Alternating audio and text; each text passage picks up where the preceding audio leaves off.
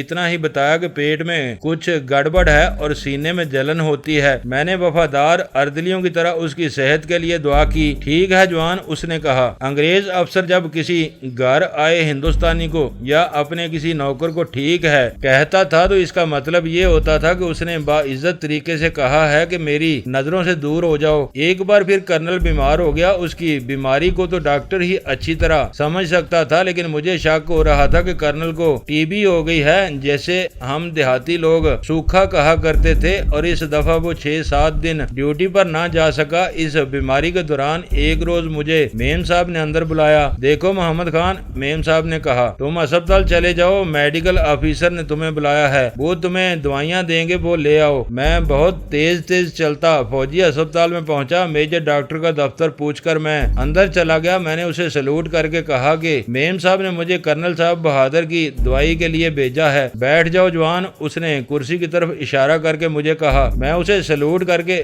باہر کی طرف چل پڑا۔ میں سوچ بھی نہیں سکتا تھا کہ انگریز میجر ایک اردلی کو کرسی پر بیٹھنے کے لیے کہے گا، لیکن اس نے مجھے واپس بلا لیا۔ ادھر ہمارے سامنے کرسی پر بیٹھو، اس نے کہا۔ میں اس طرح ڈرتے ڈرتے کرسی پر بیٹھا جیسے یہ کرسی مجھے کاٹ کھائے گی۔ دیکھو جوان، میجر نے مجھے نرم سے لہجے میں کہا، تم ہندوستانی اردلی ہو، اگر تم نے میرے کسی سوال کا جواب غلط دیا تو میں تمہیں 14 سال کے لیے جیل بھجوا دوں گا۔ میں بالکل سچ بولوں گا صاحب بہادر، میں نے غلاموں کی طرح کہا۔ میجر کچھ دیر میرے منہ کی طرف دیکھتا رہا اور چپ رہا۔ میں نے صاف طور پر محسوس کیا کہ میرے کپڑوں کے اندر پسینہ پھوٹ رہا ہے۔ مجھے 2 خطرے دن کی روشنی کی طرح نظر آنے لگے۔ ایک یہ کہ اس میجر کو پتہ چل گیا ہے کہ میں مفرور قاتل اور ڈاکو ہوں، دوسرا یہ کہ اسے کسی طرح علم ہو گیا ہے کہ کرنل نارتھ کی میم صاحب نے میرے ساتھ قابل اعتراض مراسم قائم کر رکھے ہیں۔ میں نے 1 سیکنڈ میں سوچ لیا کہ اس نے اگر مجھے کہا کہ تم مفرور ملزم ہو تو میں فوراً اٹھوں گا اور گولی کی طرح دروازے میں سے نکل جاؤں گا، پھر میں ان لوگوں کے ہاتھ نہیں آ سکوں گا۔ اگر میم صاحب کے ساتھ میرے خفیہ تعلقات کی بات ہوتی تو صاف کہہ دوں گا کہ میں نے میم صاحب کا حکم مانا ہے۔ کیا تم روزانہ رات کرنل صاحب کو کافی دیتے ہو؟ میجر ڈاکٹر نے پوچھا۔ ہاں صاحب بہادر، میں نے جواب دیا۔ جب پہلی دفعہ کرنل صاحب بیمار ہوا تو تم نے اس سے پہلے اسے کافی دینی شروع کی تھی یا بعد میں؟ میجر نے پوچھا اور مہربانی کے لہجے میں کہا، تم ڈرو مت جوان، تم نے کوئی غلط کام نہیں کیا، میں کچھ اور معلوم کرنا چاہتا ہوں۔ میں نے کرنل صاحب بہادر کو بیماری سے کچھ دن پہلے کافی دینی شروع کی تھی، میں نے جواب دیا۔ کیا اس سے پہلے کرنل صاحب نے تمہیں کبھی کہا تھا کہ میرے لیے کافی لاؤ؟ نہیں صاحب بہادر، میں نے جواب دیا، کرنل صاحب نے مجھے کبھی کوئی ایسا حکم نہیں دیا تھا، وہ تو میرے ساتھ بات بھی نہیں کرتے تھے۔ کیا تمہیں میم صاحب نے کہا تھا کہ صاحب کو کافی دے آیا کرو؟ ہاں صاحب بہادر، میں نے جواب دیا، مجھے میم صاحب نے حکم دیا تھا۔ بنگلے میں میم صاحب کا کرنل صاحب کے ساتھ سلوک کیسا ہے؟ میں نے پولیس کی ٹریننگ کی تھی اور اس کے بعد کچھ عرصہ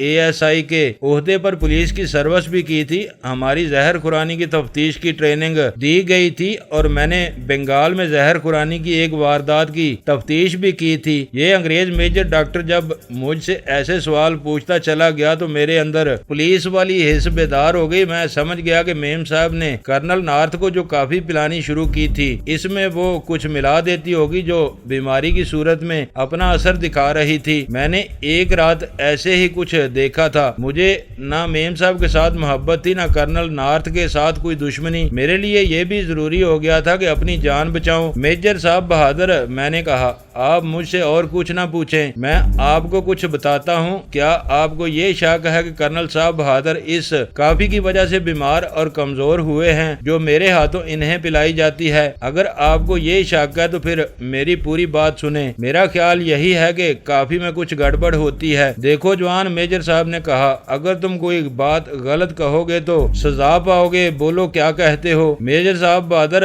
میں نے کہا، بنگلے میں کرنل صاحب بہادر کے ساتھ میم صاحب کا سلوک بیویوں جیسا نہیں، ان کی آپس میں بول چال بھی بند ہے، لیکن میں نے دیکھا ہے کہ میم صاحب کرنل صاحب کے لیے بہت پریشان ہے۔ میجر نے کہا، ہاں میجر صاحب بہادر، میں نے کہا، یہ میں نے بھی دیکھا ہے، لیکن بیماری سے پہلے میم صاحب کا سلوک بہت برا تھا۔ میں خود حیران ہوا تھا کہ میم صاحب نے اچانک اپنا سلوک کیوں بدل لیا ہے۔ اگر کرنل صاحب کو روزانہ کافی دینی تھی تو کافی خانسامہ کیوں تیار نہیں کرتا تھا؟ کافی میم صاحب خود بناتی تھی اور مجھے دیتی تھی۔ میں نے ایک رات ایسے کیا کہ کافی کے کے وقت پر میں اندر چلا گیا۔ میم صاحب نظر نہ آئی، میں باورچی خانے میں چلا گیا۔ میم صاحب کی پیٹھ میری طرف تھی۔ میرے قدموں کی آواز پر میم صاحب نے مجھے دیکھا۔ مجھے بڑی اچھی طرح نظر آیا کہ وہ چھوٹے سے کاغذ میں سے تھوڑا سا پاؤڈر پیالی میں ڈال رہی تھی۔ اس نے مجھے دیکھ کر کاغذ نیچے پھینک دیا اور پیالی میں چمچہ پھیرنے لگی۔ پھر اس نے مسکرا کر پیالی میرے ہاتھ میں دی۔ مجھے کوئی شک نہ ہوا۔ میں سمجھا کہ میم صاحب نے کافی میں جو کچھ ڈالا ہے وہ ڈال کر کافی پی جاتی ہے۔ مجھے اس لیے بھی کوئی شک نہ ہوا کہ میم صاحب نے مجھے کہا تھا کہ ڈاکٹر نے کہا ہے کہ کرنل صاحب کو کافی پلایا کرو۔ کیا کرنل صاحب کی غیر حاضری میں میم صاحب کے پاس کوئی صاحب آتا ہے؟ پہلے 3 لیفٹیننٹ آیا کرتے تھے، میں نے جواب دیا۔ پھر ان کا آنا بند ہو گیا اور کیپٹن ایڈیسن صاحب نے آنا شروع کر دیا۔ میں آپ کو یہ بھی بتا دیتا ہوں کہ جب سے کرنل صاحب بیمار ہونے لگے ہیں، کیپٹن ایڈیسن صاحب بنگلے میں نہیں آیا۔ میم صاحب شام کو سواری کے لیے جاتی ہیں، کیپٹن ایڈیسن صاحب وہاں پہلے سے موجود ہوتا ہے۔ مجھے ایک جگہ چھوڑ کر وہ دونوں جنگل میں غائب ہو جاتے ہیں۔ دیکھو جوان، میجر ڈاکٹر نے کہا، تم نے ہماری بہت مدد کی ہے، اس کا تمہیں انعام ملے گا۔ اب ایسا کرو کہ ڈسپینسری سے تمہیں جو دوائی ملے گی وہ کرنل صاحب کو دے دینا، اور یاد رکھو میم صاحب کو نہ بتانا کہ میں نے تم سے کیا پوچھا ہے۔ اگر میم صاحب پوچھے کہ تم نے اتنا وقت کہاں لگا دیا ہے تو کہنا کہ میجر صاحب موجود نہیں تھے، وہ آئے تو انہوں نے دوائی دی ہے۔ تم اتنی دیر سے کیوں واپس آئے ہو؟ میم صاحب نے پوچھا۔ میجر ڈاکٹر صاحب بہادر نہیں تھے، میں نے جواب دیا۔ وہ آئے تو انہوں نے دوائی دی ہے۔ ان کے ساتھ کوئی بات ہوئی تھی؟ نہ میم صاحب، میں نے کہا۔ اردلی کے ساتھ کون میجر بات کرے گا؟ میں ان کے دفتر کے باہر کھڑا رہا۔ وہ آئے تو میں نے انہیں سلام کیا۔ انہوں نے مجھے ایک نسخہ دے کر ڈسپینسری میں بھیج دیا، وہاں سے دوائی ملی اور میں آ گیا۔ کرنل نارتھ کو اس رات بھی میرے ہاتھوں کافی پلائی گئی۔ کرنل بہت تیزی سے سوکھتا جا رہا تھا۔ تیسری صبح کا ذکر ہے، میں اپنے کوارٹر میں اپنی روزمرہ ڈیوٹی کے لیے تیار ہو رہا تھا کہ دروازہ کھلا۔ پہلے ایک انگریز فوجی افسر اندر آیا، اس کے پیچھے ملٹری پولیس کے 2 گورے اندر آئے اور ان کے پیچھے ایک ہندوستانی پولیس انسپیکٹر اور 2 کانسٹیبل آئے، ان کے پیچھے 3 اور آدمی اندر آئے۔ یہ نوکر چاکر معلوم ہوتے تھے۔ انگریز افسر نے ان تینوں کو آگے بلا کر میری طرف اشارہ کیا اور ان سے پوچھا، کیا وہ مجھے پہچانتے ہیں؟ یہی ہے صاحب بہادر، ان میں سے ایک نے کہا یہی ہے، دوسرے دونوں نے بھی کہا یہی ہے۔ انگریز افسر نے ہندوستانی سب انسپیکٹر کو اشارہ کیا۔ انسپیکٹر نے کانسٹیبل کے ہاتھ سے ہتھکڑی لے کر مجھے لگا دی۔ میں نے پوچھا، مجھے کیوں گرفتار کیا جا رہا ہے؟ انگریز افسر میرے کوارٹر کے کمرے میں چلا گیا۔ ملٹری پولیس کے دونوں گورے بھی اندر چلے گئے اور تلاشی لینے لگے۔ تم لوگ میرے ہندوستانی بھائی ہو؟ میں نے پولیس انسپیکٹر سے پوچھا۔ تم ہی بتا دو کہ مجھے کیوں گرفتار کیا ہے۔ تم خود ہی بتاؤ گے کہ تمہیں کیوں گرفتار کیا گیا ہے، انسپیکٹر نے کہا۔ تلاشی میں انہیں کچھ نہ ملا۔ انگریز افسر اور گورے باہر آ گئے۔ ان کے اشارے پر مجھے کوارٹر سے باہر لائے۔ انگریز افسر بنگلے کی طرف چلا گیا۔ کرنل نارتھ اور میم صاحب برآمدے میں کھڑے تھے۔ انگریز افسر نے ان کے ساتھ کوئی بات کی اور وہیں سے ادھر دیکھ کر اشارہ کیا کہ مجھے لے جائیں۔ میرا قصور اس کے سوا اور کیا ہو سکتا تھا کہ میں مفرور ملزم تھا اور میرا راز فاش ہو گیا تھا۔ مجھے جب بنگلے کے گیٹ سے باہر لے گئے تو مجھے دوسرا خیال آیا، مجھے اس جرم میں پکڑا گیا ہوگا کہ میں کرنل نارتھ کو کافی میں زہر پلاتا رہا ہوں۔ غصے اور پچھتاوے سے میرا خون کھولنے لگا۔ ان انگریزوں نے اپنی میم صاحب کو بچا لیا اور سارا الزام میرے سر پر تھوپ دیا تھا۔ اگر مجھے ہتھکڑی لگی ہوئی نہ ہوتی تو میں میم صاحب کو قتل کر دیتا اور پولیس سے کہتا کہ اب مجھے سزائے موت دے دو۔ پولیس انسپیکٹر جو دراصل سب انسپیکٹر تھا، ہندو تھا۔ ہم تھانے کی طرف پیدل جا رہے تھے۔ تھانے دار صاحب، میں نے اسے کہا، میں نے تمہاری تھانے داری کا روب مان لیا ہے، مجھے میرا جرم تو بتا دو۔ میرا خیال تھا کہ وہ برا منائے گا لیکن وہ ہنس پڑا۔ میں انگریز افسروں کی وجہ سے چپ تھا بھائی۔ اس نے کہا، تم نے کام بڑے غصے کا دکھایا ہے۔ ایک بات بتاؤں بھائی، تم نے اسے صرف قتل ہی کیا ہے یا موج میلہ بھی کیا تھا؟ وہ تو ضرور کیا ہوگا۔ کیسا قتل؟ میں نے حیران ہو کر پوچھا۔ کون قتل ہوا ہے؟ موج میلہ؟ او بھائی محمد خان، اس نے میرے کندھے پر تھپکی دے کر اور ہنس کر کہا، جسے گرفتار کرو وہ پہلی بات یہ پوچھتا ہے کہ اسے کیوں گرفتار کیا گیا ہے، پھر پوچھتا ہے کہ کون قتل ہوا ہے، کہاں ڈاکہ پڑا ہے۔ تم نے شیروں والا کام کیا ہے، اب بزدلی نہ دکھاؤ۔ انگریز عورت کو قتل کرنا بڑی دلیری کا کام ہے۔ ہمارے ہندوستانی بھائی تمہیں دیکھنے آئیں گے، تمہیں شاباش دیں گے۔